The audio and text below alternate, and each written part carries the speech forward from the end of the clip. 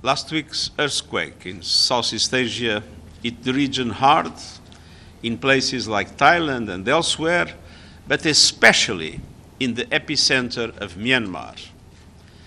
Myanmar today is the scene of utter devastation and desperation. The death toll is now 3,000 and climbing, with thousands injured and many trapped under the rubble. This disaster has laid bare the deeper vulnerabilities facing people throughout the country. Even before the earthquake, Myanmar was beset by political, human rights, and humanitarian crises, hurting people, spilling over to neighboring countries and the wider region, and opening the door to transnational crime. Nearly 20 million people, or 1 in every 3 in Myanmar, required already humanitarian aid. And millions had fled their homes from conflict and violence. The earthquake has supercharged the suffering, with the monsoon season just around the corner. We need rapid action on several fronts. I'm announcing today that I'm sending our emergency relief coordinator, Tom Fletcher, to Myanmar. He will be on the ground tomorrow. I'm also sending my special envoy, Julie Bishop, to visit the country in the coming days to reinforce our commitment to peace and dialogue. I appeal in particular to the international community to immediately step up vitally needed funding to match the scale of this crisis.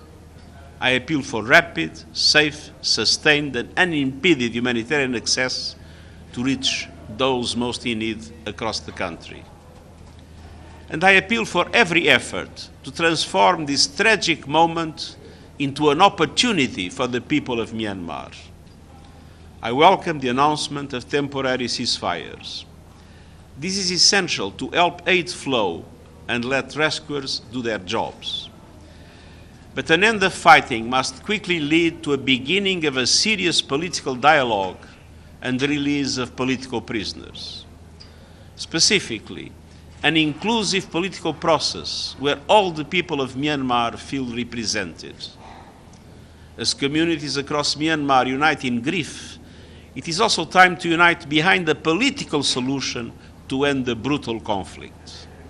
And this solution must include a pathway for the safe, voluntary, dignified, and sustainable return of the Rohingya from Bangladesh, whom I had the honor of visiting last month in Cox's Bazar. And it must include an end to the violence and human rights violations across the country and a pathway for democracy to take root. Now is the time to stand in solidarity with the long-suffering people of Myanmar. And the United Nations will keep pushing for peace and life-saving support for the people of Myanmar in their hour of need. Thank you.